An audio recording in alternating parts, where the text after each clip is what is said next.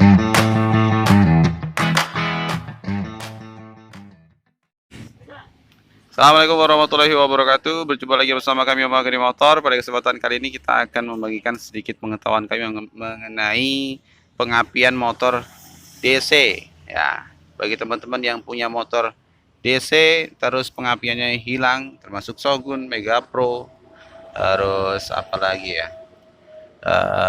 Motor-motor zaman sekarang lah, Mio, sama. Itu kalau pengapiannya hilang, itu kita harus melakukan apa? Pengecekan apa yang harus kita lakukan pertama kali, terus langkah-langkahnya apa saja biar ketemu masalahnya itu di mana. Oke, simak videonya sampai habis.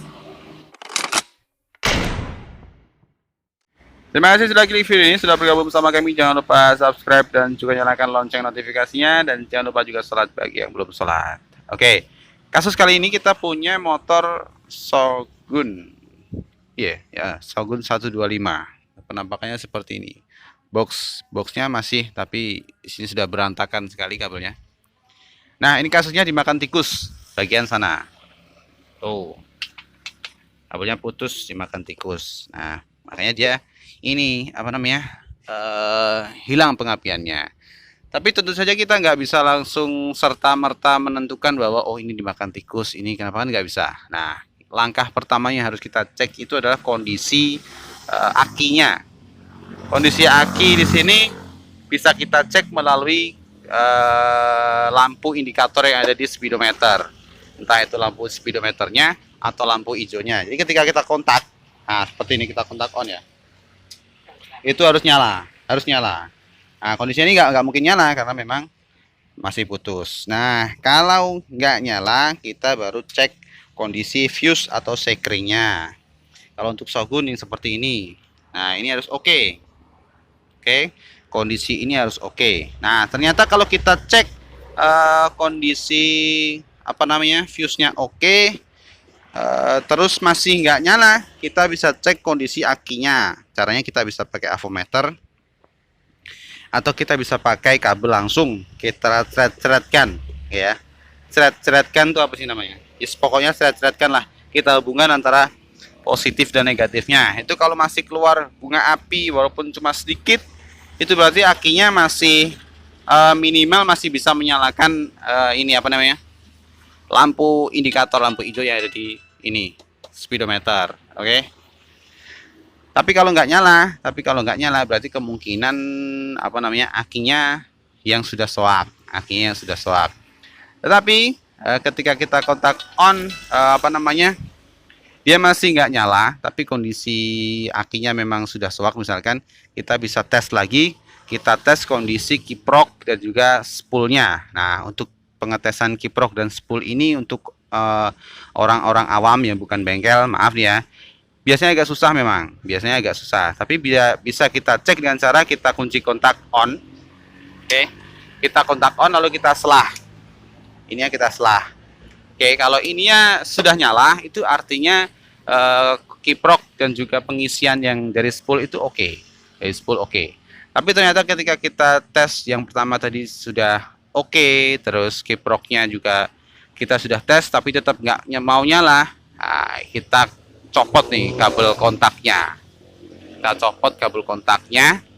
Kalau untuk positif 12 volt yang dari aki itu untuk semua motor hampir sama. Bisa merah atau merah garis hitam atau merah garis putih, tapi rata-rata merah.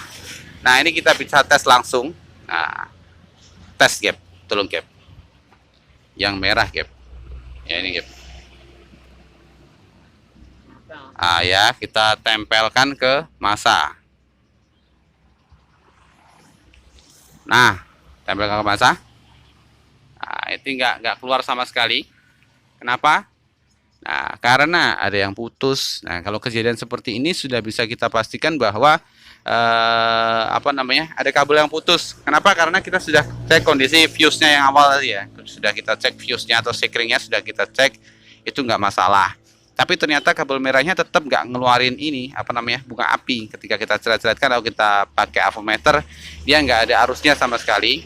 Itu bisa kita pastikan bahwa terdapat kabel yang putus khusus untuk jalur warna merahnya. khusus kali ini jalur warna merahnya. Tapi ketika kita cret-cretkan, ya kan, yang warna merah itu kita cret-cretkan dan dia keluar api. Tetapi ketika kita kontak on, dia nggak mau nyala hijau, yang indikator netral atau indikator speedometernya nggak mau nyala hijau, itu bisa jadi kontaknya yang rusak atau kabel output yang dari kontak. Kalau untuk Suzuki warnanya orange, yang ini orange. Nah, yang ini ya, kelihatan nggak? Nah, yang ini nih. Nah, yang orange ini. Kalau untuk Honda hitam, kalau untuk warna Yamaha coklat tua, nah itu bisa jadi bermasalah. Lu pedot. Nah, atau ngefong seperti ini juga bisa. Tuh, ini baru saya goyang-goyang ternyata sudah putus. Nah, seperti itu. Oke ya.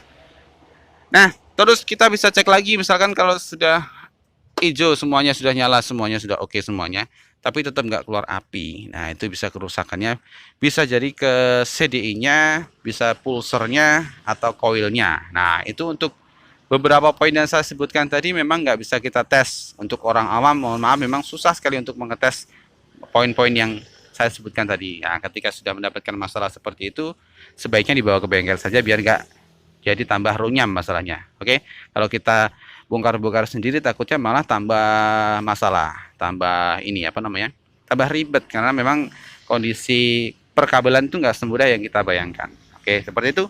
Semoga tips kali ini bermanfaat bagi teman-teman. Kalau masih kurang jelas bisa ditanyakan di kolom komentar. Kalau ada beberapa kesalahan yang saya sebutkan, yang saya utarakan, saya mohon maaf sebanyak-banyaknya dan juga bisa dikoreksi di kolom komentar. Terima kasih. Kali ini saya akhiri. Jangan lupa subscribe dan juga nyalakan lonceng notifikasinya, dan jangan lupa juga sholat bagi yang belum sholat. Oke, dari tadi abaikan ember-ember dan tempat sampah itu ya. Fokus di suara saya. Terima kasih. Assalamualaikum warahmatullahi wabarakatuh.